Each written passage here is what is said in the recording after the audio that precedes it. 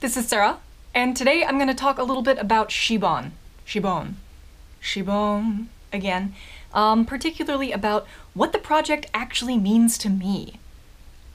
So this isn't going to be about butt winches or pound force or calculating suction or anything fun and exotic like that.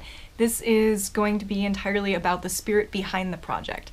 And this is very important because up until this point, I haven't really talked a whole lot about why I'm doing it other than the fact that I want to start communication or encourage communication between people.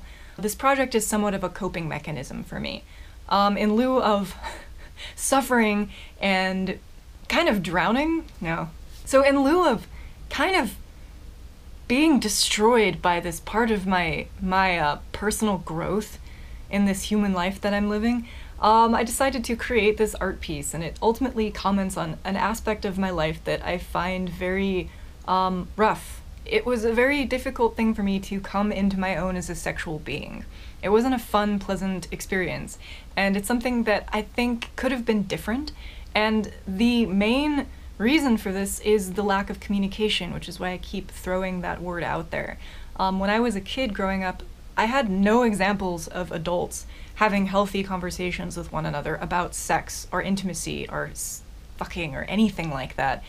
And that was bad. That was very damaging. Of course, this doesn't mean I didn't hear things about sexuality and sex. It just means that the mediums that I heard these things from were less savory, kind of like insidious resources.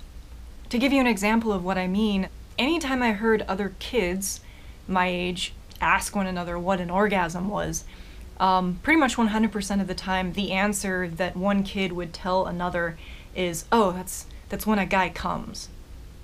And then I heard other adult males whisper to one another that the female orgasm was a myth. And I know why they're joking now as an adult, but as a kid I was very concerned because my speculation was that there wasn't any physical enjoyment to be had by women in the sexual capacity. I never really looked any of this up on the internet when I was growing up because it was always impressed upon me that sex was something that I shouldn't do. The inkling that I got was that if I did engage in a sexual relation with a male, something was being taken from me.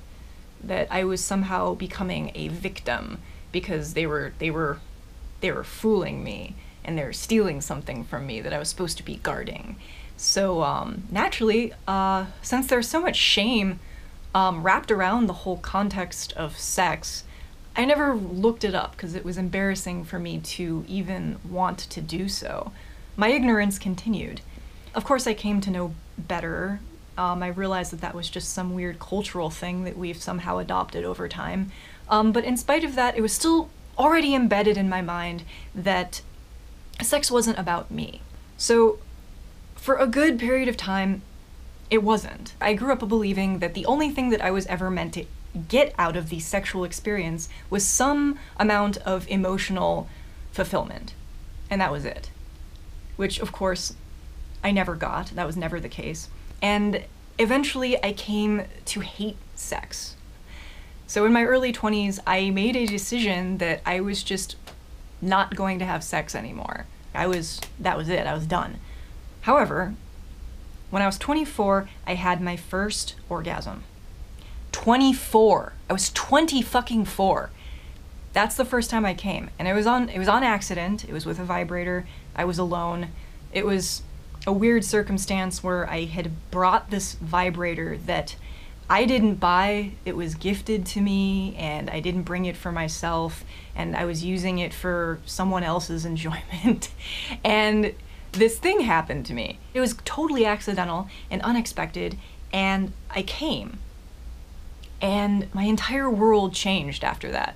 I internalized a lot, and I was angry because I felt like this thing had been hidden from me that I wasn't supposed to know about and I should have known about. So from that point on, I cut myself off from everyone and I started exploring me. And I bought a bunch of toys and I figured out how to fuck myself as good as I possibly could. I let myself go into all of those headspaces that I never had let myself go to before. I found out exactly how to get myself off, what worked best, what I liked, and it was all about me. I think that self-exploration on this level is important for everyone to do so that you gain an understanding of who you truly are as a sexual being, individually. I think only then can you really communicate what it is that you're about. Maybe all of that lack of communication that happened when I was a kid is due to the fact that people didn't know themselves enough to communicate anything. The better we understand what our needs are, what we enjoy, what we're all about, we'll become empowered by that, and then we'll feel more comfortable talking to one another about sex. I can create the change that I want to see take place in the world by encouraging communication, by communicating, by doing it. I'm going to actively do it. So people in the future can witness that, and that just becomes the new normal. Anyhow, I'm gonna get back to work and make more coffee. So enjoy the rest of your day, keep making awesome stuff out there, and as always, thank you for watching, and keep communicating. Yeah?